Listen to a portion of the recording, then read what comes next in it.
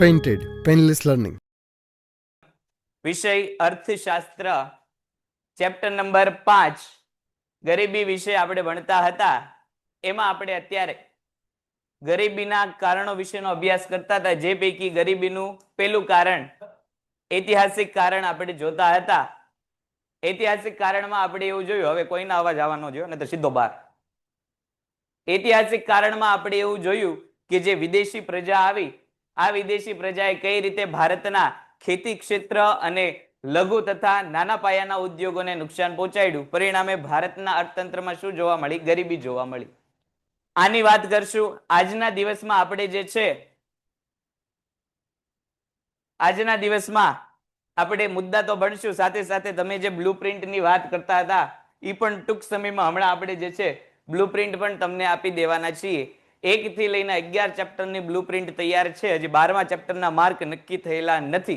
એટલે 1 થી 11 ચેપ્ટરમાં જે વિભાગમાં જે પ્રશ્ન જેટલા માર્કનો અને જેટલી સંખ્યામાં પૂછાય છે બધું હમણાં કહી દેવાનું છે.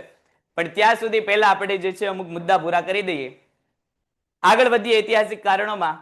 છેલ્લે આપણે આ પેરેગ્રાફ સુધી પહોંચેલા હતા. ઉદ્યોગો અને વેપારની બાબતમાં અંગ્રેજો દ્વારા ભારતમાં એવા પ્રકારની વેપાર નીતિ, કર નીતિ તેમજ ઔદ્યોગિક નીતિ અમલમાં મૂકવામાં આવી કે જેથી અંગ્રેજોને ભારતમાં વેપારથી ફાયદો થાય. આપણે કાલે પણ એવી વાત કરી હતી કે અંગ્રેજો મોટે ભાગે શું કરતા, તો કે ભારતમાંથી કાચો માલ લઈ જતા, ઇંગ્લેન્ડ લઈ જતા, ન્યાયની ઉપર પ્રોસેસ કરતા, અને તૈયાર માલ ક્યાં વેચતા, તો કે ભારતમાં. આ માટે એ લોકોએ કેવી કર નીતિ કે વેપાર નીતિ અપનાવેલી હતી, તો કે ભાઈ જે ભારતમાં ઉત્પાદિત થયેલો માલ હોય એની ઉપર વધુ ટેક્સ હતો, અને વિદેશથી જે તૈયાર થઈને માલ આવતો એની ઉપર ટેક્સ કેવો હતો, તો કે પ્રમાણમાં ઓછો હતો. જેથી કરીને ગ્રામીણ ભારતીય જનતા શું કરતી, તો કે વિદેશથી આવેલો સસ્તો માલ ખરીદતી. એના પરિણામે શું થયું, તો કે ભાઈ જે ભારતનો વેપારી હતો એને પ્રમાણમાં વેચાણ કેવું થવા માંડ્યું, ઓછું થવા માંડ્યું. એટલે ધીરે ધીરે વેપાર વર્ગ પણ કેવો થવા માંડ્યો, ગરીબ થવા માંડ્યો.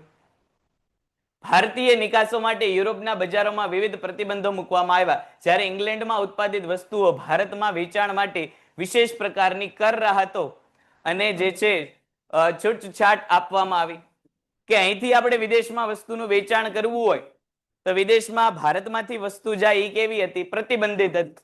કાં તો એના ઉપર ટેક્સ કેવો લગાડવામાં આવે, વધુ લગાડવામાં આવે. જ્યારે વિદેશથી વસ્તુ ભારતમાં આવતી તો એના ઉપર ટેક્સ કેવો લગાડવામાં આવતો, ઓછો લગાડવામાં આવતો. એટલે ભારતની વસ્તુ ભારતમાં મોંઘી વેચાતી, ભારતની બહાર જાય તો પણ ત્યાં વધુ કરને કારણે શું હતી, તો કે મોંઘી વેચાતી. પરિણામે ન ભારતીય વસ્તુ ભારતમાં વેચાણ એનું શક્ય બન્યું, ન વિદેશમાં જઈને એનું વેચાણ શક્ય બન્યું. એટલે ધીરે ધીરે ભારતનો વેપારી વર્ગ પણ કેવો થઈ ગયો, તો કે ભાઈ ગરીબ થઈ ગયો. ખેડૂતો તો પહેલેથી ગરીબ હતા જ. તે નાના પાયાના ખેડૂતો હતા, એની ઉપર વિવિધ કર નીતિનો ઉપયોગ કરીને એને તો ગરીબ બનાવવામાં આવ્યા જ તે, પણ આવી રીતે વેપાર વર્ગને પણ શું કરવામાં આવ્યું, નુકસાન કરવામાં આવ્યું. તેમજ આ પેદાશોને દેશના ખૂણા ખૂણા સુધી પહોંચાડવા રેલવેનો ઉપયોગ કરવામાં આવ્યો. આ પ્રકારની નીતિથી અંગ્રેજોને ભારતમાં ઉત્પાદન અને વેચાણથી અધિશેષ પ્રાપ્ત થયું, જેનું તેઓ દ્વારા ઇંગ્લેન્ડમાં મૂડીરોકાણ કરવામાં આવ્યું અને ત્યાંનું ઉદ્યોગીકરણ જે છે એ શક્ય બન્યું. આપણે સામાજિક વિજ્ઞાનમાં ભણ્યું કે કંઈક 1857 પહેલા કંઈક 1853માં પેલી રેલવેની શરૂઆત થઈ. તો એ કઈ અંગ્રેજોએ આપણને આપેલી ગિફ્ટ નહોતી. અંગ્રેજોએ પોતાની સરળતા માટે રેલવે શરૂ કરેલી હતી. અંગ્રેજો કઈ એવા દિલદાર નહોતા કે આપણી માટે રેલવે મુકતા જ, પણ એક જગ્યાએથી બીજી જગ્યાએ માલ લઈ જવામાં એ લોકોને પ્રશ્ન થતો હતો, એટલે રેલ જે છે અંગ્રેજો દ્વારા ભારતમાં લાવવામાં આવી. એનાથી શું થયું, તો કે ભાઈ એ લોકોને અધિશેષ એટલે શું, તો કે ભાઈ પ્રમાણમાં વધુ નફો થવા માંડ્યો. ઝડપથી એક જગ્યાએથી બીજી જગ્યાએ માલ જતો હતો, અને આ માલના કારણે શું થતું, નફામાં વધારો થતો. આ જેટલો નફો વધ્યો એટલા પ્રમાણમાં અંગ્રેજોની આવક શું થવા માંડી, વધવા લાગી. અને આ આવક ક્યાં વહી ગઈ, ઇંગ્લેન્ડ ગઈ, અને એના ઉદ્યોગીકરણમાં પૈસા રોકાવા માંડ્યા. ત્યાંના જે ધનિક વર્ગના વેપારીઓ હતા એ વધુ વેપારી જે છે પ્રવૃત્તિ કરવા માંડ્યા, અને ત્યાંના ઉદ્યોગ ધંધાનો ભારતના ભોગે શું થવા માંડ્યો, વિકાસ થવા માંડ્યો. ત્યાંના ઉત્પાદિત માલના વેચાણ માટે ભારતીય બજારનો માર્ગનો ઉપયોગ કરવામાં આવતો. આ વ્યવસ્થામાં ભારતીય ઉદ્યોગો અને વેપારીઓની હરીફાઈની શક્તિ અને ઉત્પાદન શક્તિ ઘટવા લાગી, અને ભારતમાં નાના અને ગૃહ ઉદ્યોગો કેવા થઈ ગયા, તો કે ભાઈ જે છે પ્રમાણમાં નુકસાન એને પહોંચ્યું. નાના અને ગૃહ ઉદ્યોગો જે સૌથી મોટી રોજગારીનું સાધન હતા, મોટી મોટી કંપનીઓમાં ઉત્પાદન જે છે એ મોટે ભાગે યંત્રોથી થાય, પણ નાના પાયાના કે ગૃહ ઉદ્યોગો હોય એમાં ઉત્પાદન પ્રવૃત્તિ કોના આધારે હોય, તો કે માનવીય આધારે હોય. ત્યાં મોટા યંત્ર ન હોય, કારણ કે યંત્રો કેવા આવે, મોંઘા આવે. નાના પાયાના ઉદ્યોગો આવા યંત્ર પોસાઈ શકે નહીં. તમે જો હાલની તારીખે પણ ભરતકામ ઉદ્યોગ છે, ખાખરા બનાવવાનો ઉદ્યોગ છે, પાપડ બનાવવાનો ઉદ્યોગ છે, ત્યાં બધો માનવ શ્રમ તમને વધારે જોવા મળે.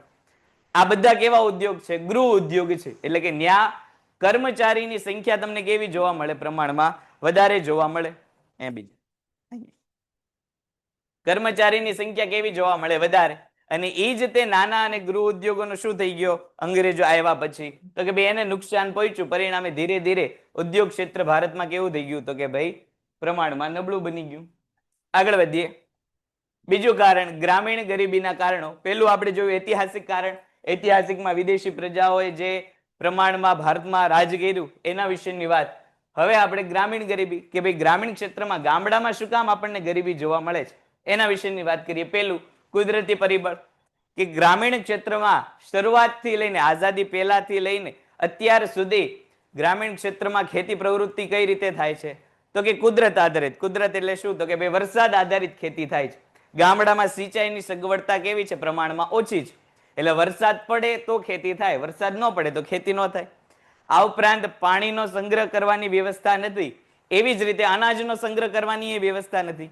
એટલે જો પ્રમાણમાં ઉત્પાદન વધી ગયું હોય અને કમોસમી વરસાદ આવી જાય, વચમાં જો આ ચોમાસું બેઠું એની પહેલા ઘણા કમોસમી વરસાદના જે છે એ રાઉન્ડ પૂરા થયા, એના પરિણામે જે શિયાળુ પાક હતું, ઉનાળુ પાક હતું, એ બધાને ઘણું મોટા પાયા ઉપર નુકસાન થયું.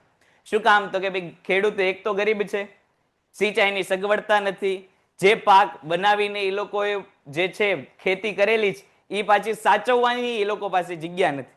એટલે વરસાદ ઓછો આવે તો ઉત્પાદન ઓછું થાય, કે વરસાદની સિઝનમાં જો ઉત્પાદન વધારે કરી દીધું હોય તો પાછું વસ્તુ ક્યાં રાખવી? આ બધા જ પ્રશ્નો કેવા છે? તો કે ગ્રામીણ ગરીબી માટે જવાબદાર છે.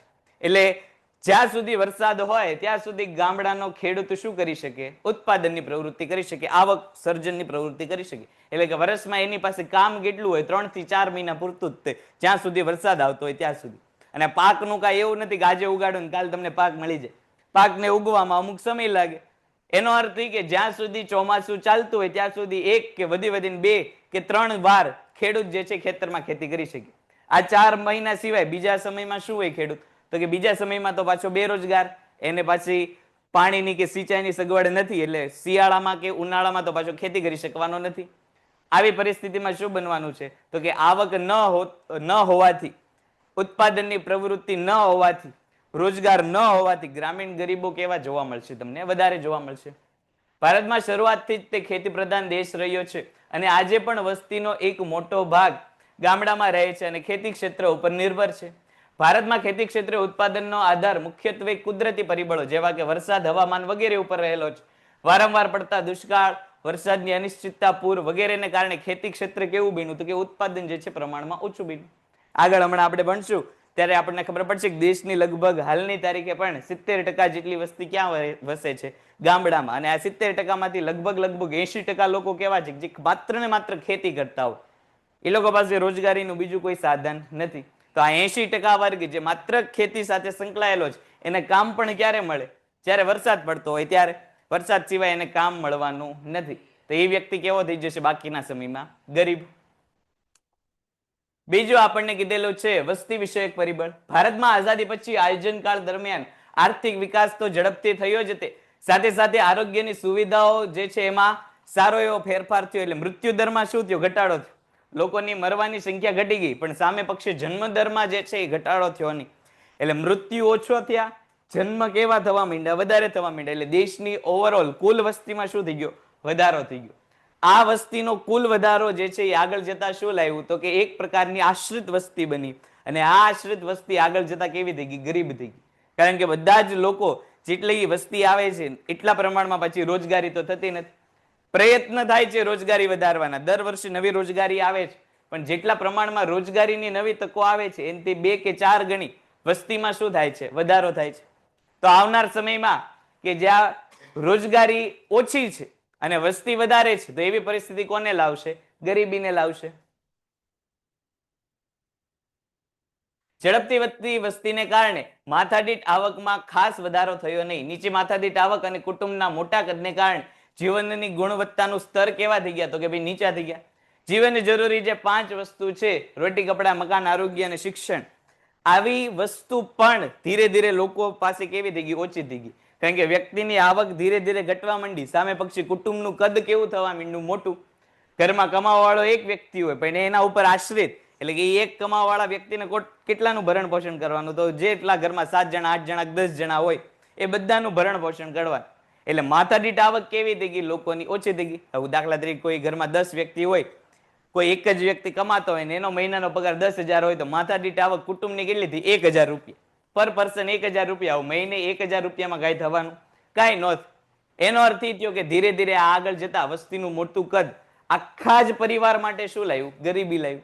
કારણ કે એક વ્યક્તિ કમાય ને બાકી બધા એના ઉપર આશ્રિત હોય, તો આશ્રિત રહેલી વસ્તી જે છે એ દેશમાં શું કરે? દબાણ ઊભું કરે, અને એ દબાણ જે છે એ ગરીબીને લાવતું હોય છે. વધતી વસ્તીને કારણે શ્રમના પુરવઠામાં ઝડપથી વધારો થયો, પરંતુ રોજગારીની તકોમાં ધીમો વધારો થવાને કારણે વેતન દરો ઘટવા લાગ્યા. ધીરે ધીરે આગળ શું થઈ ગયું? તો કે બેરોજગારી વધી અને ગરીબી જોવા મળી. પછીના કારણો, આર્થિક કારણો. શ્રમ દીઠ નીચી ખેત ઉત્પાદકતા. ભારતમાં ગ્રામીણ ક્ષેત્રે ગરીબી વધુ હોવા માટેનું એક મહત્વનું કારણ તે કૃષિ ક્ષેત્રે શ્રમિકોની નીચી ખેત ઉત્પાદકતા છે. નીચી ખેત ઉત્પાદકતા એટલે શું? તો કે ભાઈ એક ખેડૂત ખેતરમાંથી કેટલું ઉત્પાદન કરી શકે છે એની ક્ષમતા, આને ખેત ઉત્પાદકતા કહેવાય. તો એક ખેડૂત જે છે એ ભારતમાં કેવો છે? તો કે બહુ વધારે પ્રમાણમાં ઉત્પાદન ખેતરમાંથી લઈ શકતો નથી. શું કામ નથી લઈ શકતો? તો પહેલા જ આપણે જોયું કે ભારતમાં સિંચાઈની સગવડતા પૂરતા પ્રમાણમાં નથી, એટલે પાણી વગર તો ખેતી થાય નહીં. બીજું શું કારણ છે? કે ભાઈ ભારતમાં જે ખેતી પેન્ટેડ એપ્લિકેશન ધોરણ 6 થી 12ના વિદ્યાર્થીઓ માટે અપડેટ થઈ ચૂકી છે. આ એપ્લિકેશનમાં શું છે? બધા જ વિષયના વિડીયોઝ છે, ગુજરાતની બેસ્ટ ફેકલ્ટી દ્વારા લાઈવ લેક્ચર્સ છે, આઈએમપી પ્રશ્ન છે, ટેસ્ટ સિરીઝ છે, અને ગુજરાતના તમામ વિદ્યાર્થીઓ સાથે તમે તમારી કમ્પેરિઝન કરી શકો છો. ગેમિફિકેશન છે અને બીજું ઘણું બધું. તો તમે એપ્લિકેશન ડાઉનલોડ ન કરી હોય તો ડિસ્ક્રિપ્શનમાં લિંક આપી છે, હમણાં જ પ્લે સ્ટોર ઉપર જાઓ અને એપ્લિકેશન ડાઉનલોડ કરો. ઘરે બેઠીને સરસ મજાનું ગુજરાતની જોરદાર ફેકલ્ટી સાથે ભણો, સારા માર્ક્સે પાસ થાઓ. કારણ છે કૃષિ ક્ષેત્રે સિંચાઈની સગવડનો અભાવ છે, અપૂરતી ટેકનોલોજી છે, શિક્ષણ અને તાલીમની ઉણપ છે, મૂડી રોકાણનો દર નીચો છે અને વસ્તીનું વધુ પડતું ભારણ છે. આ બધી જ તે પરિસ્થિતિના કારણે શું જોવા મળે છે? તો કે ભાઈ નીચી ખેત ઉત્પાદકતા જોવા મળે છે. લોકો પાસે ટેકનોલોજી કે ખેતી કઈ રીતે કરવી, તમને લોકોને ખ્યાલ હોય તો વિદેશમાં હવે લેયર વાળી ખેતી થાય છે. લેયર એટલે શું? તો કે એક જ જમીનના ટુકડા ઉપર 3 થી 4 માળ બનાવી દેવામાં આવે, એની ઉપર જમીનના જ તે લેયર પાથરવામાં આવે ને એમાંથી તે જે છે પાક લેવામાં આવે. કલમી પ્રકારની ખેતી થાય છે. કલમી એટલે કે કોઈ એક બીજા ઝાડ સાથે કોઈ એક અન્ય પાકની કલમ જોડી દેવામાં આવે, એટલે ઝાડ જેમ જેમ મોટું થાય એમ બીજા પાકની એ ખેતી થવા માંડે. તો આ બધી ટેકનોલોજી, આવી બધી તાલીમ ભારતના ખેડૂતો પાસે હજી છે નહીં. તમે જો વિદેશમાં મોટા ભાગના ઘરોમાં ગાર્ડનિંગ વાળી ખેતી હોય, એ લોકોની જે ટેરિસ હોય, છત હોય, એમાં મોટે ભાગે તમને વિદેશમાં ગાર્ડન ખેતી જોવા મળે. એ લોકો કોઈ કાંઈ નહીં પોતાના ઘર માટે તો ખેતી કરતા જ, પણ ભારતની છતું તમે જો એમને પડ્યું, કાંઈ કામ લાગે? કાંઈ ન લાગે. ઉનાળામાં રાત્રે સુવા સિવાય બીજું કાંઈ એનું કાંઈ કામ છે નહીં. તો વિદેશોમાં આનો તે ઉપયોગ થાય, પણ ભારતના ખેડૂતોના ઘરમાં, ભારતનો ખેડૂત છે એના ઘરની છત ઉપર તમને ગાર્ડન ન જોવા મળે. કારણ કે એક તો એના ઘર પાછા કેવા હોય તો કે ભાઈ ઓલા નળિયા વાળા હોય, તો ત્યાં પાછી ખેતી ન થાય, ત્યાં માટી નાખો પાછી નીચે આવતી. તો આ ટેકનોલોજી કેવી છે? તો આ ટેકનોલોજીનો અભાવ કહેવાય. એના પરિણામે ભારતમાં જે છે એ ખેડૂતોનું પ્રમાણ, ખેડૂતોનું આર્થિક પરિસ્થિતિનું પ્રમાણ કેવું રહે છે? ઓછું રહે છે કે નબળું રહે છે. પછી જમીન તથા સંપત્તિની અસમાન વહેંચણી. જો હમણાં મેં તમને કીધું એમ કે ભારતમાં જમીન તો બહુ જ, પણ ખેડૂતો પાસે અને જમીનદારો પાસે જમીનની વહેંચણી કેવી થયેલી છે? ઓછી થયેલી. ઓલું તમે મધર ઇન્ડિયા પિક્ચર જોયું હોય તો એમાં જે છે આખો જમીનની વહેંચણીનો કોન્સેપ્ટ સરસ રીતે સમજાવેલો છે કે જે વાસ્તવિક ખેતી કરવા માંગે છે એવા ખેડૂત પાસે જમીન નથી, અને જે જમીનદારો છે કે જેને ખેતીમાં રસ નથી એની પાસે બહુ વધારે પ્રમાણમાં જમીન છે. તો અહીંયા બે પરિસ્થિતિ થાય. કઈ બે પરિસ્થિતિ? એક તો જે વાસ્તવિક ખેડૂત છે તે, એની પાસે જમીન ઓછી છે, પૈસા ઓછા છે, એટલે એ ન સિંચાઈની સગવડતાનો લાભ લઈ શકે, ન નવી ટેકનોલોજી કે નવા બિયારણ લાવીને ખેતી કરી શકે. સામે પક્ષે જમીનદાર છે કે જે પોતે સીધી રીતે ખેતીમાં સાથે સંકળાયેલો નથી, પણ એની પાસે પૈસા છે, પોતે ખેતી કરતો નથી, એટલે એને એમ થાય કે ભાઈ મારે શું કામ સિંચાઈની સગવડતા ઊભી કરવી, મારે શું કામ નવી ટેકનોલોજી ખેતરમાં લાવી, મારે શું કામ નવા બિયારણ લાવવા. આ બધા શું કરે? મોટે ભાગે બીજા ને કામે રાખીને ખેતી કરાવતા હોય. જેને ભાગ્યા એવું આપણે કહીએ છીએ કે ખેતર કોકનું હોય ને કામ કોક કરતા હોય, તો એ શું કરવાનું? તો કે એ લોકો તો પોતાનું કામ કરે, ભાગ્યાને એમ થાય કે ભાઈ મારી જમીન નથી, હું કામ વિકાસમાં ધ્યાન આપું? માલિકને એમ થાય હું ખેતી નથી કરતો તો હું કામ ખેતીના વિકાસમાં ધ્યાન આપું? પરિણામે શું આવે? તો કે પરિણામે જે છે એ ગ્રામીણ ગરીબી, નીચી ખેત ઉત્પાદકતા તમને જોવા મળે. ખેતી માટે જમીન ખૂબ જ તે મહત્વની છે. ભારતમાં અંગ્રેજોના શાસનકાળથી જ જમીનદારી પ્રથા જેવી વ્યવસ્થાને કારણે જમીન માલિકી મુઠ્ઠીભર જમીનદારોના હાથમાં હતી. આ વર્ગ ખેતી સાથે પ્રત્યક્ષ રીતે સંકળાયેલો ન હોવાથી તેઓને ખેતી ક્ષેત્રના વિકાસમાં મૂડીરોકાણનો રસ રહ્યો નહીં. હમણાં મેં વાત કરી કે જેની પાસે ખેતી હતી, જેની પાસે જમીન હતી, એ લોકો ખેતી નથી કરતા.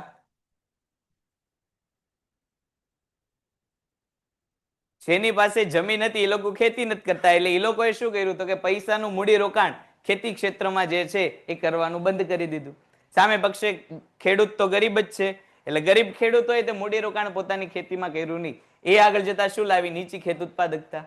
બીજી તરફ જમીન પર ખેતી કરનાર ખેડૂત, ખેત મજૂર કે ભાગીયા હતા, જેમની પોતાની જમીન માલિકી ન હોવાથી તેઓને પણ ખેતી ક્ષેત્રે મૂડીરોકાણમાં કઈ રસ હતો નહીં. પરિણામે ખેત ઉત્પાદકતા કેવી જોવા મળી? નીચી. પછીનો મુદ્દો છે નાના અને ગૃહ ઉદ્યોગોનો અલ્પ વિકાસ.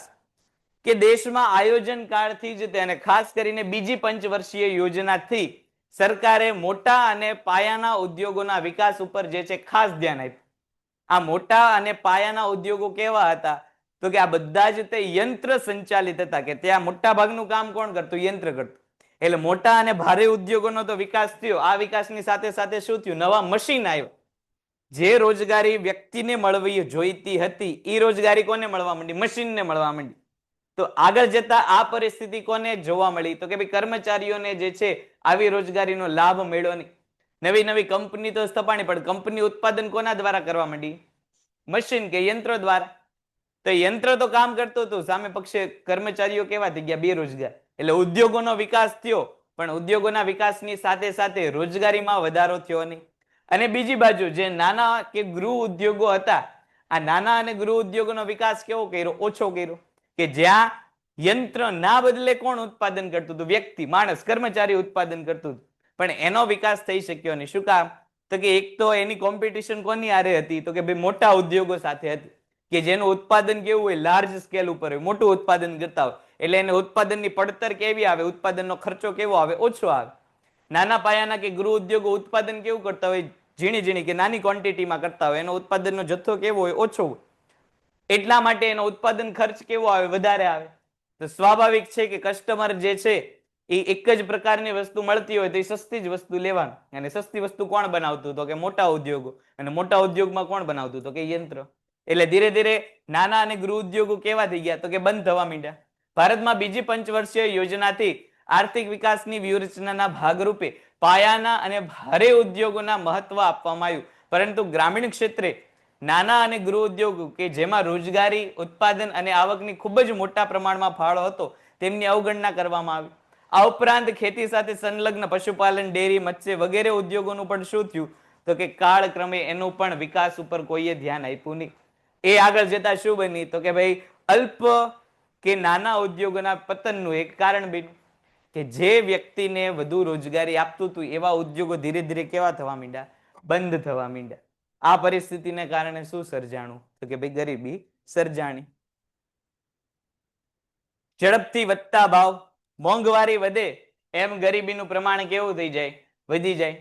પાયાની જે 5 જરૂરિયાતો છે, આ પાયાની 5 જરૂરિયાતના ભાવ વધી જાય તો સામાન્ય આવક ધરાવતો વ્યક્તિ આ ભાવ વધારા સામે જે છે એ ખરીદી કરી શકે નહીં. પરિણામ સ્વરૂપે શું થાય? તો કે વ્યક્તિ ગરીબ થઈ જાય. હવે દાખલા તરીકે ભાઈ મકાનની કિંમતો એક ધારી વૈધા રાખતી હોય તો સામાન્ય આવક ધરાવતો વ્યક્તિ મકાન કોઈ દિવસ જીવનમાં ખરીદી શકે નહીં. ખોરાકના ભાવ સતત વધતા રહેતા હોય તો જે સામાન્ય આવક ધરાવતો વ્યક્તિ છે એને કાં તો ખોરાક ઓછો ખાવો પડે, કાં તો હલકી ગુણવત્તા વાળો ખોરાક ખાવો પડે.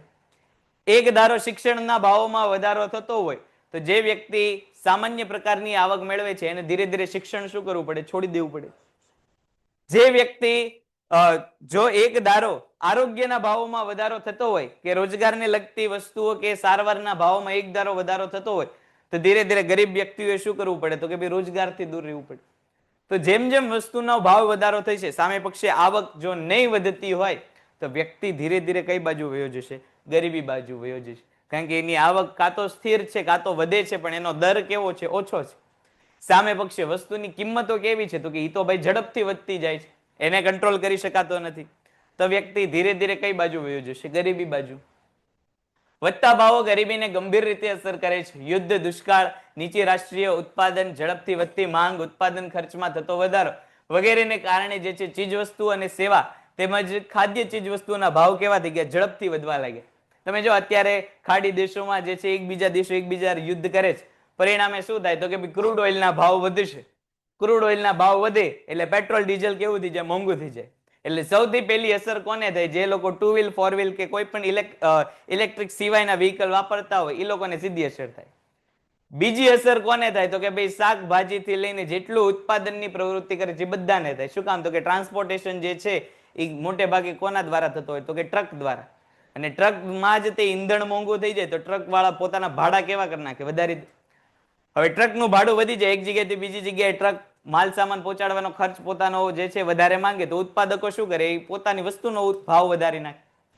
ઉત્પાદકો વસ્તુનો ભાવ વધારી નાખે તો એ ભાવ પાછો લેવાનો કોની પાસેથી હોય? ગ્રાહક પાસેથી. એટલે વસ્તુ કેવી થઈ જાય? મોંઘી થઈ જાય. તો આવી મોંઘી વસ્તુ ગ્રાહકને જે છે એ મળે કેવી? તો કે મોંઘી જ મળે. અને એના પરિણામે ગ્રાહક જે છે એવું બની શકે કે આગળ જતા આવી મોંઘી વસ્તુ ખરીદવામાં અસમર્થ બને. તો ધીરે ધીરે વસ્તુ ખરીદવાની અસમર્થતા એને કઈ બાજુ લઈ જશે? ગરીબી તરફ. પછી બેરોજગારીનું ઊંચું પ્રમાણ. ભારતમાં મોટા ભાગની વસ્તી ગામડાઓમાં ખેતી ક્ષેત્ર ઉપર નવે છે, પરંતુ મોટા ભાગની ખેતી વરસાદી હોવાથી વર્ષમાં 1 કે 2 જ પાક લઈ શકાય છે. આથી ખેતી ક્ષેત્રે મોટા પ્રમાણમાં મોસમી બેકારી જોવા મળે છે. આગળ આની પછી આપણે આખું બેકારી કે બેરોજગારીનું ચેપ્ટર જોવાનું છે, એમાં મોસમી બેકારી આવશે અલગ. મોસમી બેકારી એટલે શું? તો કે ઋતુના કોઈ એક ચક્ર દરમિયાન તમને કામ મળતું હોય, કોઈ એક મોસમમાં કામ મળતું હોય બીજા મોસમમાં કામ ન મળે તો એ મોસમી બેકારી થઈ. ખેતી ક્ષેત્રે આવી મોસમી બેકારી જોવા મળે કે ચોમાસાનું મોસમ જ્યાં સુધી હોય ત્યાં સુધી રોજગારી મળતી હોય, જેવું ઉનાળો કે શિયાળાનું મોસમ આવી જાય એટલે ખેતી કેવી થઈ જાય? બંધ થઈ જાય. તો એ મોસમી બેકારી કહેવાય. ઝડપથી વધતી વસ્તી અને સંયુક્ત કુટુંબ પ્રથાને કારણે ખેતી પર વસ્તીનું ભારણ શું થવા માંડ્યું? વધવા લાગ્યું. અને પછી શું જોવા મળી? પ્રચ્છન્ન બેરોજગારી જોવા મળી. પ્રચ્છન્ન બેરોજગારી કોને કહેવાય? તો કે એના બીજા નામ આગળ આવશે, છુપી બેરોજગારી કે ગર્ભિત બેરોજગારી. કે દેખીતી રીતે વ્યક્તિ કામ કરતો તો દેખાતો હોય, પણ એ વ્યક્તિને કામમાંથી દૂર કરી દેવામાં આવે તો કઈ ઉત્પાદનમાં ફેરફાર થાય નહીં. દાખલા તરીકે કોઈ એક ખેતરમાં 10 લોકોનું પરિવાર ભેગું થઈને 100 કિલોનું અનાજ ઉત્પાદન કરતું હોય, એમાંથી 2 વ્યક્તિને લઈ જવામાં આવે અને 8 વ્યક્તિએ ભેગા થઈને 100 કિલો અનાજનું ઉત્પાદન કરી દે તો જે 2 વ્યક્તિને દૂર કર્યા એ 2 વ્યક્તિ કેવા ગણાય? પ્રચ્છન્ન બેરોજગાર. કે ઉત્પાદનનું કામ કરે તો ઉત્પાદનમાં વધારો ન થાય, કે ઉત્પાદનનું કામ ન કરે તો ઉત્પાદનમાં ઘટાડો ન થાય. તો આ શું કહેવાય? પ્રચ્છન્ન બેરોજગાર. અને ભારતમાં આવી બેરોજગારી શું કામ જોવા મળે? તો કે સંયુક્ત કુટુંબ પ્રથાને કારણે. મોટે ભાગે ગામડામાં જે છે કુટુંબો કેવા હોય? તો કે પ્રમાણમાં એનું કદ વધારે હોય. એટલે કોઈ પણ વ્યક્તિ ઘરે નવરો બેઠો હોય બધાને ક્યાં લઈને વ્યાજ? હાલો ખેતરમાં. એટલે એનું કામ હોય કે ન હોય બધા શું કરતા હોય? ખેતરમાં જ હોય. દેખીતી રીતે તો કામ કરતા જ હોય બધા, પણ એ જો ખેતરમાંથી એને દૂર કરી દેવામાં આવે તો ખેતરને કાંઈ ફેર પડે? ઉત્પાદનને કાંઈ ફેર પડતો ન હોય. તો એવા વ્યક્તિને આપણે શું કહીશું? પ્રચ્છન્ન બેરોજગાર. ગામડામાં ખેતી ક્ષેત્રે પૂરતા ઉદ્યોગોનો ઓછો વિકાસ, નિરક્ષરતા, શ્રમિકની ઓછી ગતિશીલતા વગેરેને કારણે બેરોજગારીનું પ્રમાણ કેવું જોવા મળ્યું? ઓછું. એક તો ગામડામાં ખેતી સિવાય ઉદ્યોગો જોવા મળતા નથી. શું કામ ઉદ્યોગો નથી? તો કે ભાઈ ગામડામાં પાયાની સુવિધાઓ નથી. કેવી પાયાની સુવિધા? તો કે ભાઈ ગામડામાં રેગ્યુલર જે છે ઇલેક્ટ્રિસિટી જોવા ન મળે, ગામડામાં જે છે પાણીની પૂરતી સગવડ જોવા ન મળે, ગામડામાં જે છે રોડ રસ્તા જોવા ન મળે, ગામડામાં જે છે પૂરતા પ્રમાણમાં ગટર લાઈન કે ડ્રેનેજની સુવિધા જોવા ન મળે. હવે આવી પરિસ્થિતિ ન હોય તો ઉદ્યોગ ધંધા ત્યાં જાય નહીં. જ્યાં માળખાકીય સુવિધા હોય ત્યાં ઉદ્યોગ ધંધા સ્થપાય, જ્યાં માળખાકીય સુવિધા ન હોય ત્યાં ઉદ્યોગ ધંધા સ્થપાય નહીં. ગામડામાં આવી માળખાકીય સુવિધા નથી એટલે ઉદ્યોગ ધંધા ત્યાં નથી. આ ઉપરાંત ગામડાના લોકો કેવા છે? તો કે નિરક્ષર. એ લોકોને અક્ષર જ્ઞાન કેવું છે? ઓછું છે. શિક્ષણનો અભાવ છે એટલે ઉદ્યોગ ક્ષેત્રમાં એ લોકો કામ કરી ન શકે. આ ઉપરાંત શ્રમની ગતિશીલતા કેવી છે? ઓછી છે. એટલે કે ખેડૂતને ખબર છે કે આપણને કામ 4 મહિના જ મળવાનું છે, છતાં એ પોતાનું ગામ નહીં છોડે. એ 4 મહિના કામ કરીને વર્ષ આખું એના એ જ ગામમાં રહેશે. પોતે ગરીબીમાં જીવશે પણ કામ કરવા માટે એક જગ્યાએથી બીજી જગ્યાએ જવાનું એ પસંદ કરશે નહીં. તો આવી શ્રમની ઓછી ગતિશીલતાને કારણે ક્યાંથી થાય છે? આવી શ્રમની ઓછી ગતિશીલતાને કારણે આ તો બધું શરૂ જ છે અહીંયા. શ્રમની ઓછી ગતિશીલતા આગળ જતા શું લાવે છે? તો કે ભાઈ આગળ જતા જે છે એ ગરીબી લાવે છે. પછીનો મુદ્દો છે સામાજિક કારણો. આ સામાજિક કારણો હમણાં પૂરતા આપણે જે છે એ અહીંયા સુધી રાખીએ છીએ. પેન્ટેડ એપ્લિકેશન ધોરણ 6 થી 12ના વિદ્યાર્થીઓ માટે અપડેટ થઈ ચૂકી છે. આ એપ્લિકેશનમાં શું છે? બધા જ વિષયના વિડીયોઝ છે. ગુજરાતની બેસ્ટ ફેકલ્ટી દ્વારા લાઈવ લેક્ચર્સ છે. આઈએમપી પ્રશ્ન છે, ટેસ્ટ સિરીઝ છે અને ગુજરાતના તમામ વિદ્યાર્થીઓ સાથે તમે તમારી કમ્પેરિઝન કરી શકો છો. ગેમિફિકેશન છે અને બીજું ઘણું બધું. તો તમે એપ્લિકેશન ડાઉનલોડ ન કરી હોય તો ડિસ્ક્રિપ્શનમાં લિંક આપી છે. હમણાં જ પ્લે સ્ટોર ઉપર જાઓ અને એપ્લિકેશન ડાઉનલોડ કરો. ઘરે બેઠીને સરસ મજાનું ગુજરાતની જોરદાર ફેકલ્ટી સાથે ભણો, સારા માર્ક્સે પાસ થાઓ.